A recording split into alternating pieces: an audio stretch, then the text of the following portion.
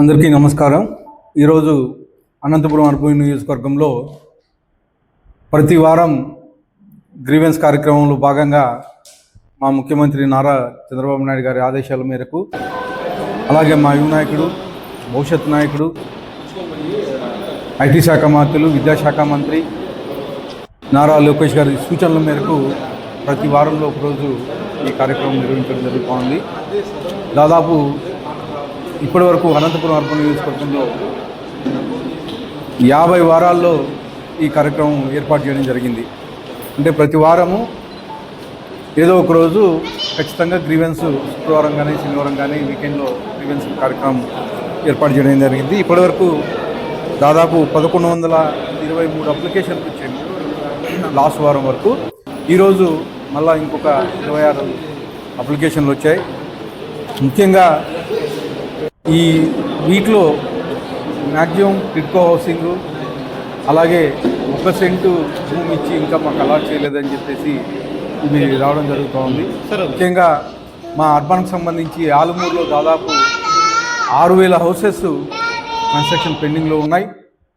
అవి కానీ త్వరలో పూర్తి చేసి లబ్ధిదారులు ఎవరైతే ఉన్నారో వాళ్ళకి కానీ హ్యాండ్ ఓవర్ చేసే విధంగా చర్యలు తీసుకుంటామని చెప్పేసి తెలియజేస్తాను. అలాగే టిడ్కో హౌసెస్ కానీ ఇక్కడ గ్రామం చిన్మయనగర్లో దాదాపు 3000 హౌసెస్, టిడ్కో హౌసెస్ చిన్న చిన్న వర్కులు పెండింగ్ ఉండి అవి కానీ ఆగిపోవడం జరిగింది.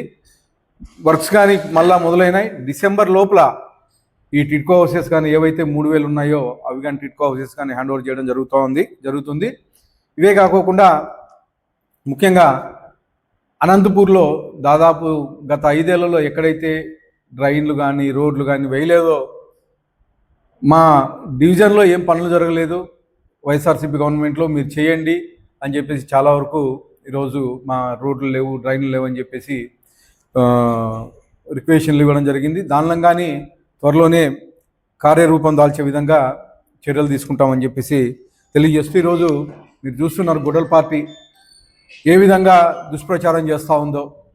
జగన్మోహన్ రెడ్డి 10 లక్షల కోట్ల రూపాయలు అప్పులతో గవర్నమెంట్ హ్యాండ్ ఓవర్ చేస్తే మా ముఖ్యమంత్రి నారా చంద్రబాబు నాయుడు గారు తన ఎక్స్పీరియన్స్ అంతా పెట్టి ఈరోజు 2 ఏళ్ల కాలంలోనే ఒక స్టేట్ని ఒక తాటిపైకి తీసుకొచ్చి ఉద్యోగస్తులకు 1వ తేదీ జీతాలు అయితే ఏమి, అలాగే 1వ తేదీ పెన్షన్లు మంచడం అయితే ఏమి, అలాగే వృద్ధులకు, వికలాంగులకు పెన్షన్లు ఇవ్వడం అయితే ఏమి, ఈరోజు 2 ఏళ్ల కాలంలో ఎన్ని సమస్యలు ఉన్నా, ఎన్ని ఆర్థిక ఇబ్బందులు ఉన్నా ఈరోజు 1వ తేదీ ఉద్యోగస్తులకు జీతాలు, ముసలోళ్ళకి పెన్షన్లు పెంచిన ఘనత మా ముఖ్యమంత్రి నారా చంద్రబాబు నాయుడు గారిది.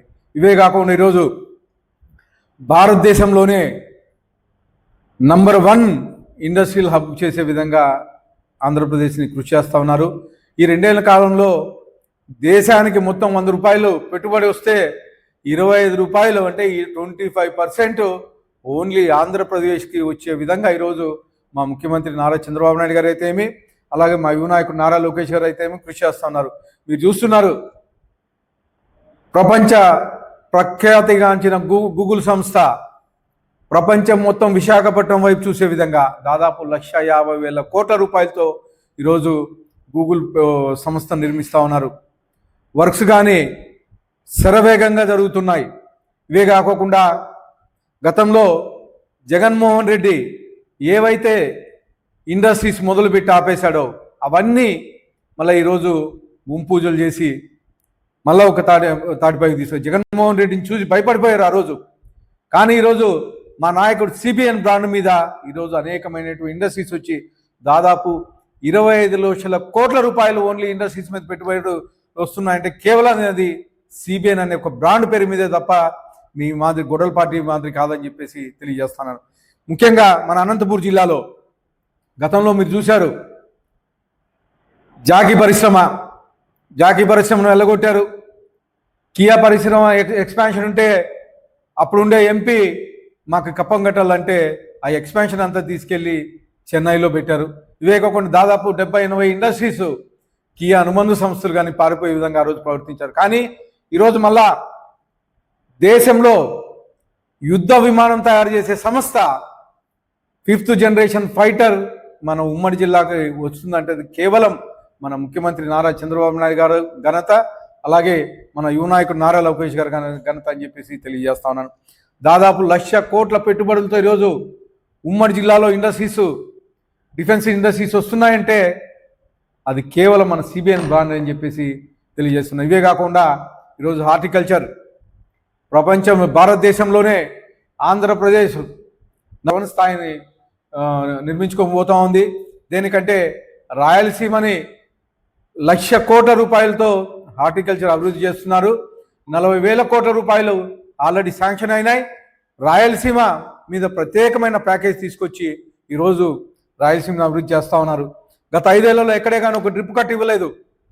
కానీ ఈరోజు కేవలం 2 ఏళ్ల కాలంలోనే ఒక అనంతపూర్ జిల్లాలోనే 350 కోట్ల రూపాయల సబ్సిడీ డ్రిప్ కట్ సప్లై చేసిన ఘనత తెలుగుదేశం ప్రభుత్వం అని చెప్పేసి తెలియజేస్తున్నాం. ఇవే కాకుండా గతంలో మీరు చూశారు, హంద్రీ నివారణలు ఎప్పుడు వచ్చేదో తెలీదు, ఎలా వచ్చేదో తెలీదు. కానీ ముఖ్యమంత్రి చంద్రబాబు నాయుడు గారు 2014-19లో హంద్రీ నీళ్లు ప్రతి చెరువుకి వచ్చే విధంగా కృషి చేశారు.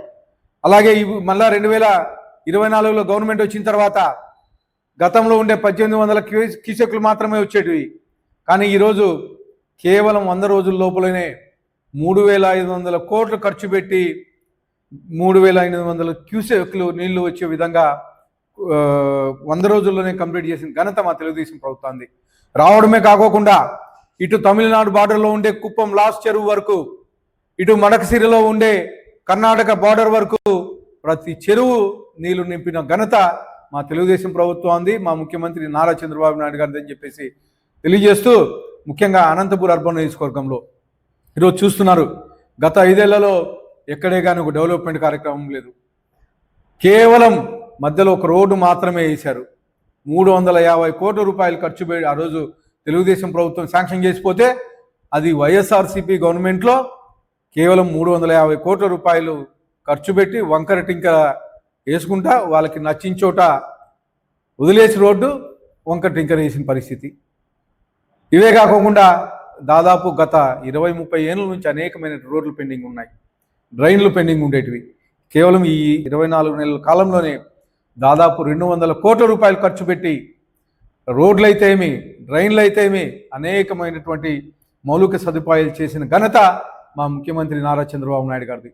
మీరు చూశారు డంపింగ్ యార్డ్, గతంలో దాదాపు 3.5 లక్షల టన్నులు పేరుకుపోయి ఉంటే అక్టోబర్ 2 నుంచి మొదలుపెట్టి దాదాపు 70% ఈరోజు డంపింగ్ యార్డ్ కంప్లీట్ అయిపోయింది. కంప్లీట్ అవడమే కాకుండా వచ్చే డిసెంబర్ లోపల అక్కడ ఫ్రెష్ వేస్ట్ మేనేజ్మెంట్ ప్లాంట్ ఒకటి కట్టి మిగతా 10 ఎకరాలు అక్కడ మంచి పార్కుగా తయారు చేసి అక్కడ ప్రజలకు ఇబ్బంది లేకుండా చూసే బాధ్యత మా ముఖ్యమంత్రి నారా చంద్రబాబు నాయుడు గారు, అలాగే నేను ఎమ్మెల్యేగా లోకల్ ఎమ్మెల్యేగా నేను తీసుకున్నాను. ఇలాంటివి చెప్పుకుంటూ పోతే అనేకమైన వర్క్స్ మేము చేసుకుంటూ పోతున్నాం. గత ప్రభుత్వంలో గొడ్డల పార్టీ ఏం చేసిందని అడుగుతున్నా. ఎక్కడన్నా స్టేట్లో కానీ, లేకపోతే అమరావతిలో కానీ, లేకపోతే పోలవరం కానీ ఎక్కడైనా ఒక వర్క్ కంప్లీట్ చేసిన బాధ్యత మీరు తీసుకున్నారా? అమరావతి 3 ముక్కలు ఆటాడారు. కానీ ఈరోజు నిన్న వెళ్ళి చూస్తే అక్కడ అనేకమైనటువంటి భవంతులు రెడీ అవుతున్నాయి. ఒక 2 ఏళ్ల కాలంలోనే అమరావతి 2029 కల్లా అమరావతి రూపురేఖలు మారిపోతుంది. అక్కడ అనేకమైనటువంటి బిల్డింగ్స్, సెక్రటేరియట్, హైకోర్టు ఇవన్నీ చేయించిన ఘనత మా ముఖ్యమంత్రి నారా చంద్రబాబు నాయుడు గారు అని తెలియజేస్తూ మరొకసారి ప్రతి ఒక్కరికి ధన్యవాదాలు తెలుపుకుంటున్నాను.